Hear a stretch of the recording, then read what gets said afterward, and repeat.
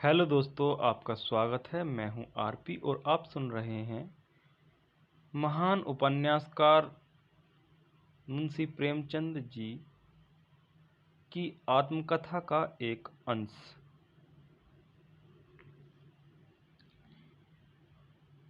मेरा जीवन सपाट समतल मैदान है जिसमें कहीं कहीं गड्ढे तो हैं, पर टीलों, पर्वतों, घने जंगलों, गहरी घाटियों और खंडहरों का स्थान नहीं है।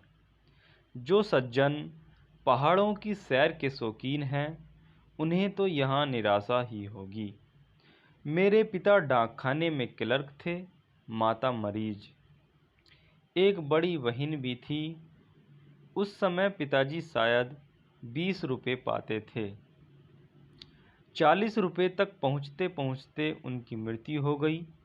यूँ वह बड़े ही विचारशील, जीवन पथ पर आंखें खोलकर चलने वाले आदमी थे, लेकिन आखिरी दिनों में एक ठोकर खा ही गए और खुद तो गिरे ही थे, उसी धक्के में मुझे भी गिरा दिया।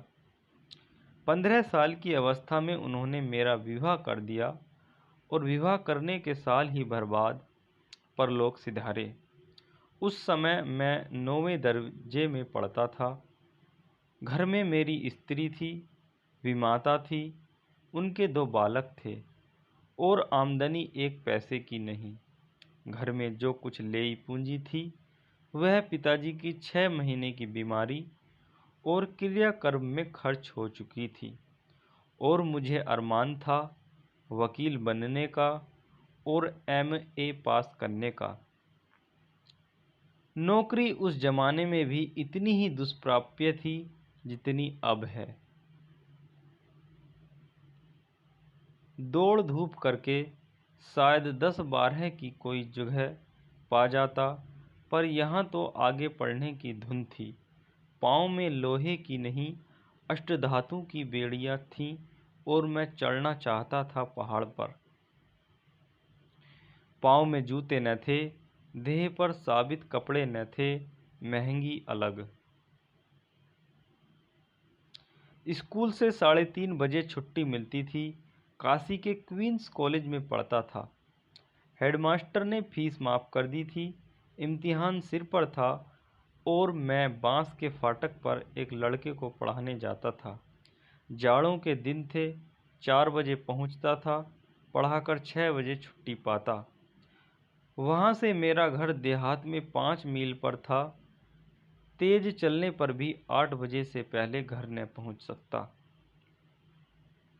और प्रातःकाल 8 ही बजे फिर घर से चलना पड़ता था और कभी वक्त पर स्कूल न पहुंचता।